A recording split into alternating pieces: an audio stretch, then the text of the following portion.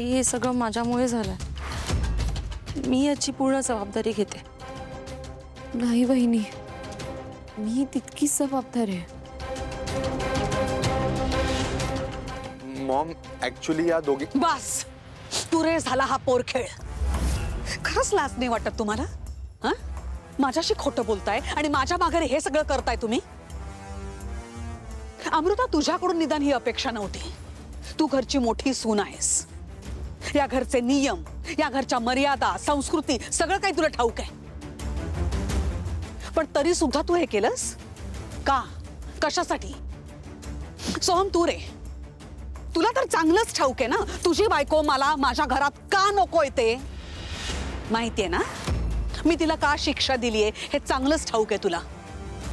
आईच्या शब्दापेक्षा तुला तुझी बायको, तिच्या इच्छा जास्त प्रिय आहेत ना. असू दे, ठीक आहे, कळलं मला.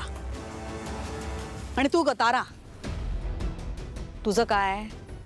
एकदा शिक्षा केली होती, घराबाहेर तुला काढलं होतं ना, मग नाही झालं तुझं समाधान?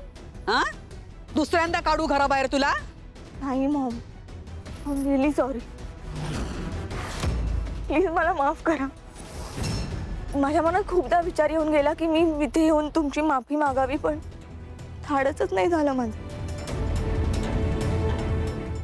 प्लीज मला माफ करा आणि आपल्या घरात घ्या परत.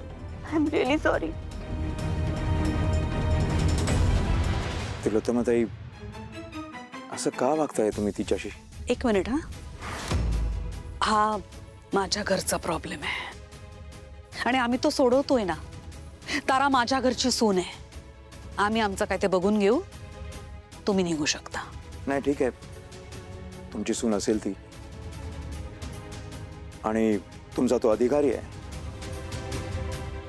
पण ती माझीही मुलगी आहे आणि मला ती जड नाही. तिलोत्तमाताई, खरा मोठेपणा मुलांच्या चुकांना पोटात घेण्यात असतो, त्यांना शिक्षा करण्यात नाही. चल तारा, तुझा बाप अजून जिवंत आहे.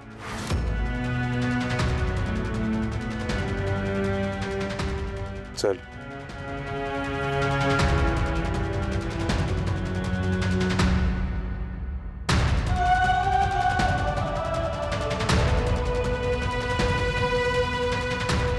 सोड.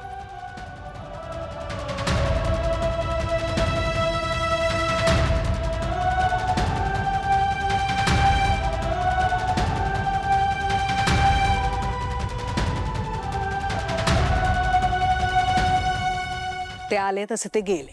राहिलात तुम्ही चौघे. आता मला सांगा, काय शिक्षा द्यायची तुम्हा चौघांना मी? आई, ह्या सगळ्यांचा काहीच दोष नाही यात.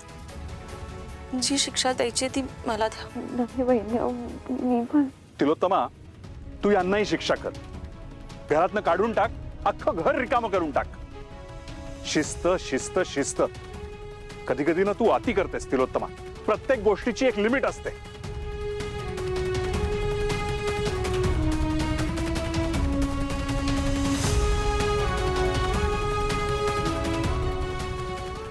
आई, आमचं चुकलं. मॉम, ऍक्च्युली हे सगळं माझ्यामुळेच झालंय. I am extremely sorry. मी पण सॉरी. ठीक आहे. म्हणजे त्यांचं म्हणणं आहे की शिस्तीला एक लिमिट असते, पण माझ्या घरामध्ये शिस्तीलाच प्राधान्य आहे हे तुम्हाला सगळ्यांना ठाऊक आहे. संक्रांत आहे, सण आहे, म्हणून जाऊन दे आता. आणि अमृता, तुझी तब्येत जरा नाजूक आहे. तुला शिक्षा नाही देणार मी, तुला माफ करते. पण यापुढे जर का अशी चूक झाली तर नाही माफ करणार.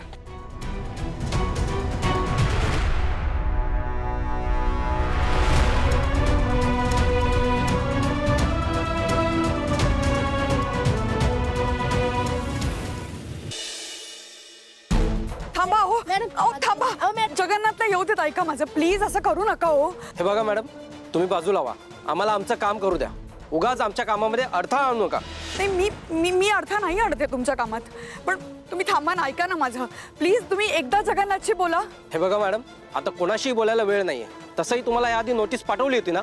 मग दिलेल्या मुदतीमध्ये घर खाली करायला हवं होतं तुम्ही. तुम्ही पाठवली ती नोटीस, पण मुदत संपली आहे का? नाही संपली अजून. मुदत संपायच्या आधीच तुम्ही कारवाई कशी करताय? तुम्ही सांगा ना प्लीज त्यांना.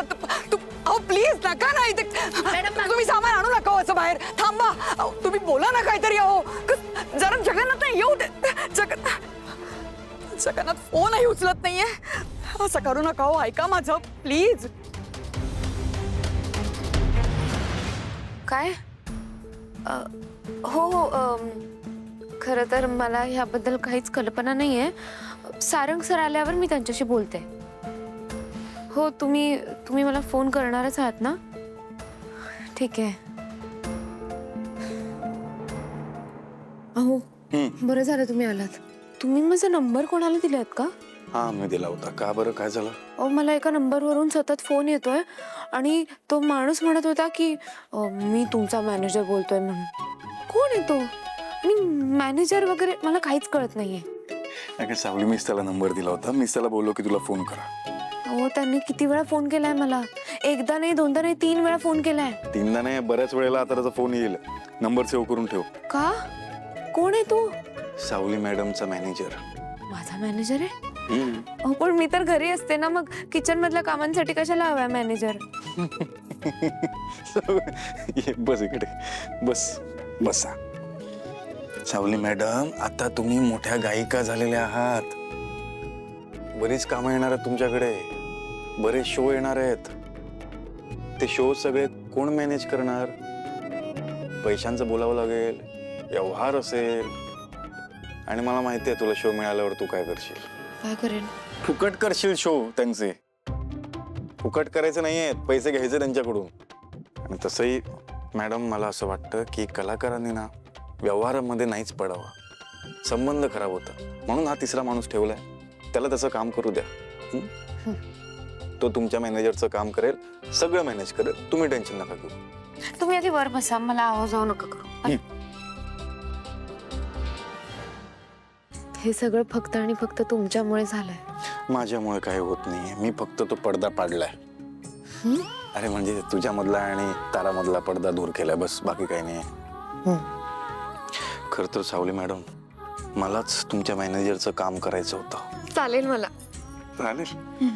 पण काय ना, आयुष्यात या मॅनेजरला पण छोटी छोटी थोडी थोडी कामं असतात ना. म्हणजे माझी काम ठीक आहे.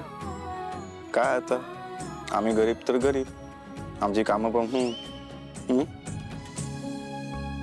पण काळजी नका करू. म्हणून आम्ही तुमच्यासाठी एक मॅनेजर ठेवून दिलाय.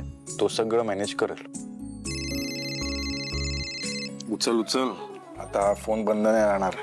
फोन चालूच राहतील. उचल, मी निघतो. Bye bye. हॅलो. हॅलो सावली. सावलीकडे सगळा गोंधळ झालाय ग. काय झालं? तुमचा आवाज असा काय येतोय?